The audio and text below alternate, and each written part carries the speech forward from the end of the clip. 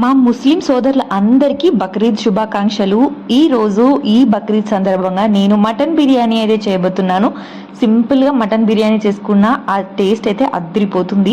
అయితే నా ఫ్రెండ్ నేర్పించిన రెసిపీ ఇదైతే. ఇందులో కొంచెం మోడిఫికేషన్స్తో నేనైతే ప్రిపేర్ చేశాను అండ్ చాలా బాగుంటుంది. ముస్లిమ్స్ బిర్యానీ అయితే చాలా బాగుంటుంది. ఈద్కి ఎవరు ఇచ్చేవాళ్ళు లేక నేనే బిర్యానీ అయితే ప్రిపేర్ చేసుకున్నాను. మటన్ బిర్యానీ సూపర్ టేస్టీగా సాఫ్ట్గా ఉడికిపోయింది. మటన్ చూసారా ఎంత టెండర్గా ఉందో. ఇక్కడ హాఫ్ కేజీ మటన్ అయితే తీసుకున్నాను. ఇందులో సరిపడంత ఉప్పు, అన్నీ మీ టేస్ట్కి సరిపడంత వేసుకోండి. నేను నార్మల్గా మెజర్మెంట్స్ అయితే చెప్తున్నాను. సరిపడంత పసుపు, అంటే 1 టేబుల్ స్పూన్ దాకా పసుపు, 2 టేబుల్ స్పూన్ దాకా అల్లం వెల్లుల్లి పేస్ట్, అలానే 1 టేబుల్ స్పూన్ దాకా కసూరి మేతి. ఒకవేళ మీ దగ్గర కసూరి మేతి లేకపోతే స్కిప్ చేయొచ్చు, దీనివల్ల టేస్ట్ అనేది అంత చేంజ్ ఏమవ్వదు. అలానే 1 టేబుల్ స్పూన్ ధనియాల పొడి, హాఫ్ టేబుల్ స్పూన్ దాకా గరం మసాలా, 1.5 టేబుల్ స్పూన్ కారం, అలానే 1 టేబుల్ స్పూన్ కొబ్బరి పొడి, ఒక 2 నుంచి 3 పచ్చిమిర్చి, కొంచెం పుదీనా, అలానే కొత్తిమీర. నా దగ్గర ఉల్లాకు ఉంది, సో అది కూడా వేసేసుకుంటున్నాను. మీ దగ్గర లేకపోతే స్కిప్ చేయొచ్చు, దానివల్ల ఏం ఎఫెక్ట్ ఉండదు. అలానే హోల్ గరం మసాలా స్పైసెస్, సాజీరా, లవంగ, ఇలాచీ, చెక్క, ఆకు, పువ్వు, స్టార్ పువ్వు అన్నీ వేసుకున్నాను. అలానే 1 కప్పు పెరుగు, ఒక హాఫ్ కప్పు టమాటో ప్యూరీ వేసుకోవాలి. అలానే ఫ్రైడ్ ఆనియన్స్ ఇక్కడ హాఫ్ అయితే వేస్తున్నాను. ఇంకా హాఫ్ అయినా మనకు పైనకు డెకరేషన్ కావాలి, సో ఇంకా హాఫ్ అయితే సైడ్ తీసి పెట్టేసుకున్నాను.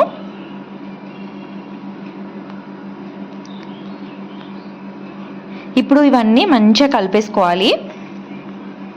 మటన్ బిర్యానీ ఎప్పుడైనా చికెన్ కానీ మటన్ కానీ కొంతసేపు అలా నానబెట్టి ఒక 2 to 3 అవర్స్ పక్కకు పెట్టేసేయాలి. దానివల్ల మనకు ముక్క మంచిగా సాఫ్ట్గా అయిపోతుంది. అలానే మంచిగా జ్యూసీగా అవుతుంది. మనకు మసాలా లోపలి వరకు, ముక్క లోపలి వరకు బాగా వెళ్తుంది. ఇలా మంచిగా కలిపేసుకొని నేనైతే ఒక 1 అవర్ అయితే సైడ్కి పెట్టుకున్నాను. మీరు మటన్ కానీ చికెన్ కానీ తెచ్చుకున్న వెంటనే ఫస్ట్ కలిపేసి ఈ ప్రాసెస్ అంతా చేసేసి తర్వాత మెల్లగా వంట చేసుకోండి. అప్పుడు మనకు పర్ఫెక్ట్గా బిర్యానీ అయితే సెట్ అవుతుంది. మంచిగా మసాలా ముక్కకు పడుతుంది. ఇక్కడైతే నేను ఒక హాఫ్ అన్ అవర్ అయితే సైడ్కి పెట్టేసుకున్నాను. హాఫ్ అన్ అవర్ నుంచి 1 అవర్ దాకా సైడ్ పెట్టేసుకున్నాను. ఇప్పుడు ఒక 1 అవర్ తర్వాత నేను కడాయిలో, మంచిగా లావుగా ఉన్న కడాయిలో ఆయిల్ వేసుకొని, ఆయిల్ ఏది కాకుండా నార్మల్గా స్మెల్ లెస్ ఏదైనా ఆయిల్ ఉంటే వేసుకోండి. కొబ్బరి నూనె కానీ, పల్లి నూనె కానీ, లేదంటే నువ్వుల నూనె వేస్తే కొంచెం స్మెల్ అనేది మనకు డిఫరెంట్ చేంజ్ అయిపోతుంది. నేను ఇక్కడ ఫ్రీడమ్ ఆయిల్ అయితే యూజ్ చేశాను. అందులోనే ఆయిల్లో కొంచెం కసూరి మేతి, అలానే ఫ్రైడ్ ఆనియన్స్, కొంచెం కొత్తిమీర, మీ దగ్గర ఏది అనుకుంటే నెయ్యి కూడా వేసుకోవచ్చు. నెయ్యి హాఫ్ ఆయిల్ కూడా వేసుకోండి, చాలా బాగుంటుంది. దానివల్ల మంచిగా మనం కలిపెట్టుకున్న మసాలా అంతా ఇందులో వేసేసుకొని మంచిగా కలిపేసుకోవాలి. ఒక హై ఫ్లేమ్ మీద 2 minutes మంచిగా ఫ్రై చేసుకోవాలి ఫస్ట్.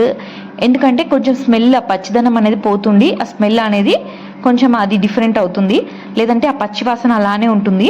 అలా కాకుండా ఒక 2 minutes మంచిగా మూత తీసేసి పెట్టి హై ఫ్లేమ్లో 2 minutes ఫ్రై చేసుకోవాలి. కొంచెం కలర్ చేంజ్ అయిందన్నప్పుడు మూత పెట్టేసి దీన్ని లో ఫ్లేమ్లో కుక్ చేయాలి. ఇక్కడ వాటర్ అనేది అసలు యాడ్ చేయొద్దు. మటన్లో వాటర్ యాడ్ చేయడం వల్ల ఆ టేస్ట్ అనేది పోతుంది. మనకున్న మసాలాలు, ఈ పెరుగు, అలానే టమాటో ప్యూరీ, దీంతోనే ఆ మటన్ అంతా ఉడికిపోవాలి. వాటర్ వేస్తే కొంచెం టేస్ట్ అనేది చేంజ్ అయిపోతుంది. అలా కాకుండా ఇలా లో ఫ్లేమ్లో పెట్టి మధ్యలో కలుపుతూ ఉండండి, లేదంటే అడగంటిపోతుంది. మూత పెట్టేసి మంచిగా దమ్లాగా పెట్టేసేయండి. అప్పుడు తొందరగా ఉడుకుతుంది మటన్ కూడా. మనకు కొంచెం లేత మటన్ అయితే తొందరగా ఉడికిపోతుంది. ఇలా మటన్ కొంచెం ఆయిల్ అంతా పైకి వచ్చేసింది. మటన్ అనేది కొంచెం మనకు దాదాపు 70% వరకు ఇక్కడ కుక్ అయిపోయింది ఆల్రెడీ. ఇప్పుడు ఇందులో నేనైతే కొంచెం నిమ్మరసం అయితే యాడ్ చేస్తున్నాను. ఒక హాఫ్ నిమ్మకాయ వేస్తే సరిపోతుంది. నేను ఒక హాఫ్ ముక్క నిమ్మకాయ రసం అయితే పిండేసుకొని మళ్ళీ ఒకసారి మూత పెట్టేసి కొంచెం సేపు మగ్గనిచ్చాను. మటన్ ఇంకొంచెం కుక్ కావాలనిపించింది నాకు, సో ఇంకొంచెంసేపు అయితే మగ్గనిచ్చాను. ఇక్కడ ఈ లోపు మనం రైస్ అనేది ప్రిపేర్ చేసుకుందాం. ఇక్కడ బాస్మతి రైస్ని నేను ఆల్రెడీ నానబెట్టి పెట్టుకున్నాను. నేను యూనిటీ బాస్మతి రైసే వాడతాను ప్రతిసారి. నేను దాదాపు ఈ రైస్ వాడబట్టి 8 years అవుతుంది. నా పెళ్ళైనప్పటి నుంచి నేను ఈ రైసే వాడుతున్నాను.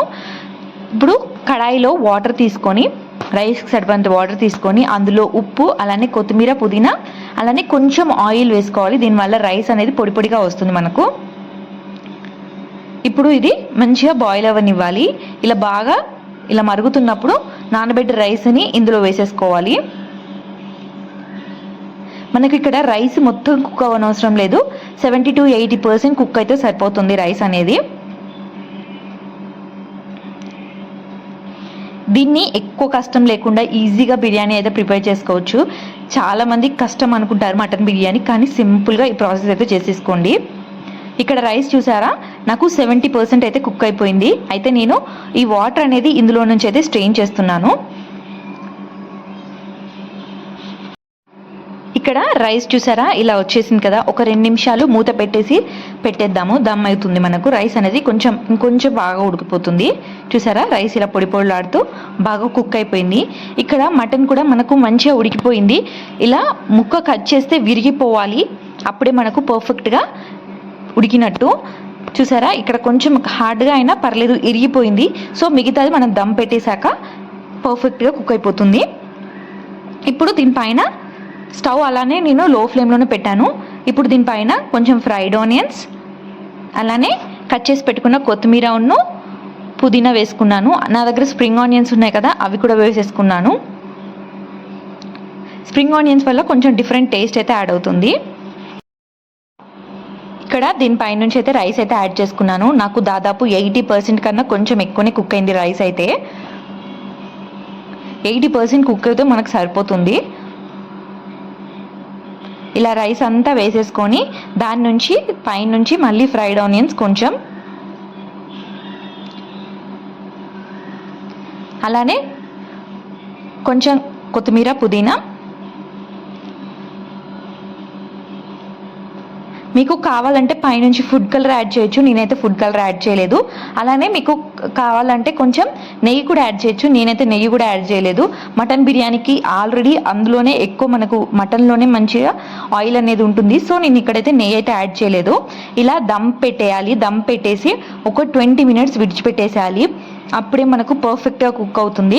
ఇక్కడ మనకు కావాలంటే సైడ్కి గోధుమ పిండి అంతా పెట్టచ్చు, నేనైతే ఇలా వేటే పెట్టుకుంటాను ఎప్పుడైనా. ఇలా పెట్టేసి ఒక 20 minutes తర్వాత చూస్తే మన బిర్యానీ స్మెల్ అయితే మా అపార్ట్మెంట్ ఫుల్గా నిండిపోయింది. అంత సూపర్ స్మెల్ వచ్చేసింది, అంత టేస్ట్గా కూడా ఉంది బిర్యానీ. చూసారా ఎంత జ్యూసీగా చాలా బాగుంది బిర్యానీ అయితే. చూడ్డానికి చాలా బాగుంది, అలాంటి టేస్ట్ అయితే అద్రిపోయింది. ఒక్కసారి నా స్టైల్లో ఈ బిర్యానీ అయితే ట్రై చేయండి, చాలా బాగుంటుంది. ఇక్కడ నేనైతే దీన్ని రైతాతోని సర్వ్ చేసుకున్నాను, అలానే కర్రీతో కూడా సర్వ్ చేసుకున్నాను. మటన్ కర్రీ చేశాను. ఇక్కడ బిర్యానీని మొత్తం ఒకసారి కలిపి చూపిస్తున్నాను మీకు, నార్మల్గా కలర్ ఎలా ఉంటుంది అనేసి. మనకు ఆయిల్ కూడా కరెక్ట్గా సరిపోయింది, ఎక్కువ కాలేదు తక్కువ కాలేదు. చూసారా బిర్యానీ ఎంత బాగుందో. ఇక్కడ నేనైతే రైతా, మటన్ కర్రీ, అలానే ఆనియన్స్, లెమన్తోనైతే బిర్యానీ అయితే ఎంజాయ్ చేశాను. వీడియో కనుక నచ్చినట్టయితే ప్లీజ్ లైక్ చేయండి, షేర్ చేయండి, సబ్స్క్రైబ్ చేసుకోండి. Thank you for watching.